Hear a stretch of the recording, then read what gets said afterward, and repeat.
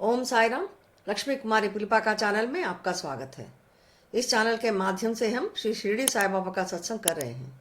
इस एपिसोड में हाल ही में साई बाबा हमारे घर 2 बार कैसे आए थे, उन्होंने अपना सर्वव्यापकता का प्रदर्शन कैसे किया और मेरी शिरडी जाने की इच्छा बाबा ने कैसे पूरा किया, यह मैं बताना चाहती हूँ।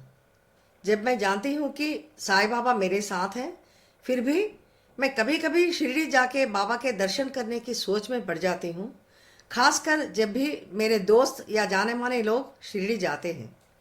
मैं कोविड के पहले शिरडी गई थी और मुझ में कभी कभी फिर से शिरडी जाने की इच्छा जाग जाता है। मैंने यह इच्छा के बारे में मेरे बेटे को बताया था।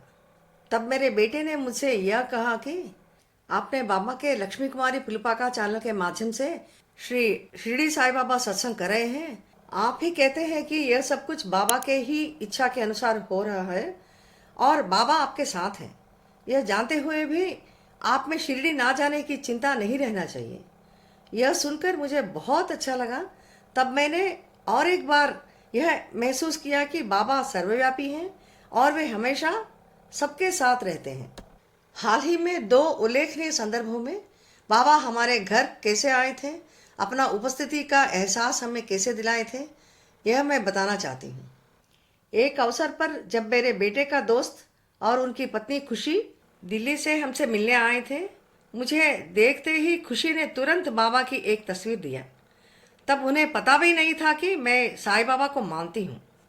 खुशी ने कहा कि क्योंकि वह पहली बार हमारे घर आ रही थी, इसलिए उनका मन मुझे कुछ देना चाहा था और तभी उन्हें साईं बाबा की एक तस्वीर का ख्याल आया और तुरंत वह बाबा का तस्वीर मुझे दिया था। बाबा की यह तस्वीर मैं आपको दिखा रही हूँ, आप भी देखें और बाबा का आशीर्वाद लें।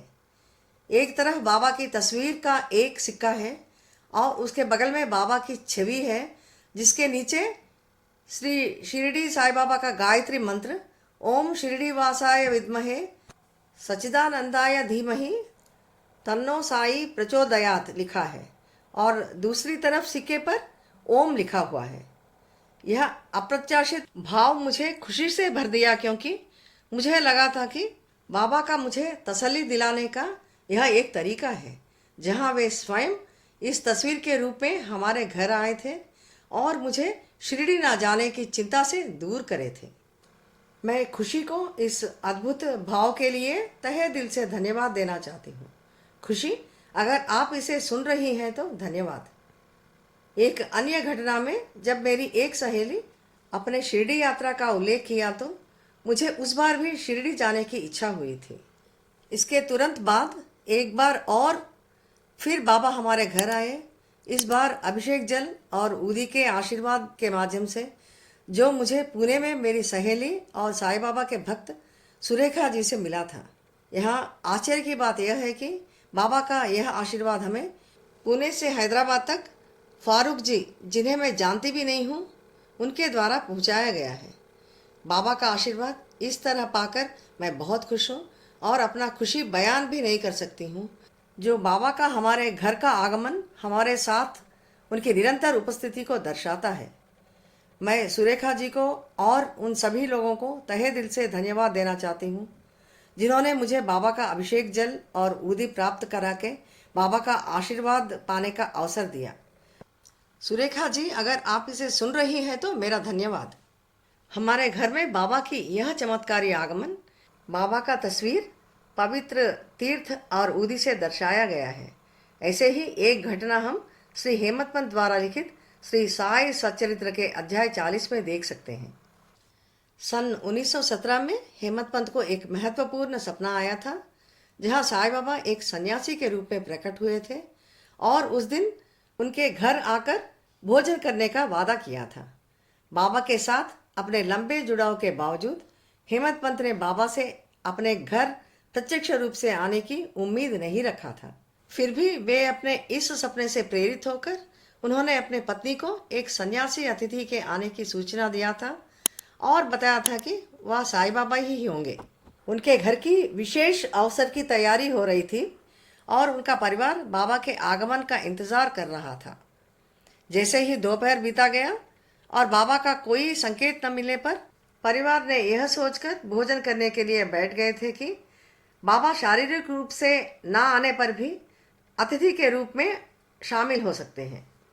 हालांकि जैसे ही वे भोजन करने वाले थे, उसी समय बाहर सीढ़ियों पर कदमों की आहट सुनाई दिया था।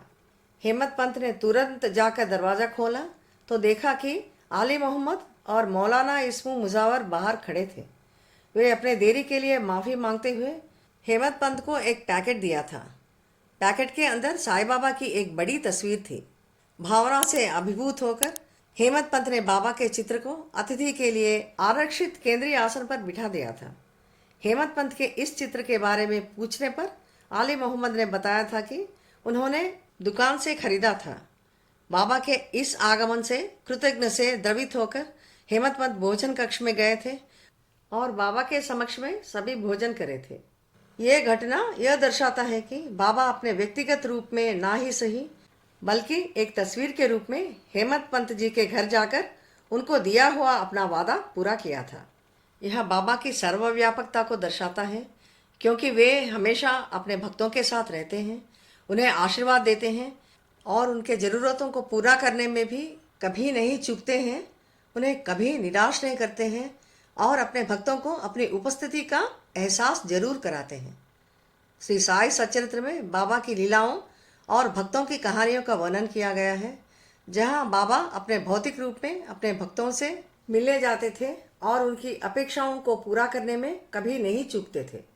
अगर किसी भी कारण से भौतिक रूप में अपने भक्तों को दर्शन नहीं दे पाते, तब वे किसी अन्य रूप में उनको अपना उपस्थिति का एहसास कराते थे और आशीर्वाद देते थे।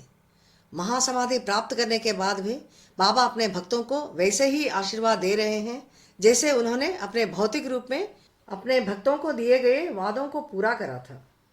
ये घटना यह पुष्टि करता है कि बाबा अभी भी हमारे साथ हैं। यदि हम उन पर विश्वास करते हैं तो सदैव हमारे साथ हैं और शारीरिक रूप से शिरडी जाने की कोई आवश्यकता नहीं है। हम जहाँ भी हों, हम उनकी उपस्थिति को महसूस कर सकते हैं। मैं बाबा से प्रार्थना करती हूँ कि हम जहाँ भी हो, हम सभी पर अपना आशीर्वाद बनाए रखें। आइए अगले एपिसोड में फिर मिलेंगे बाबा के एक और अद्भुत आशीर्वाद के साथ। ओम साई राम।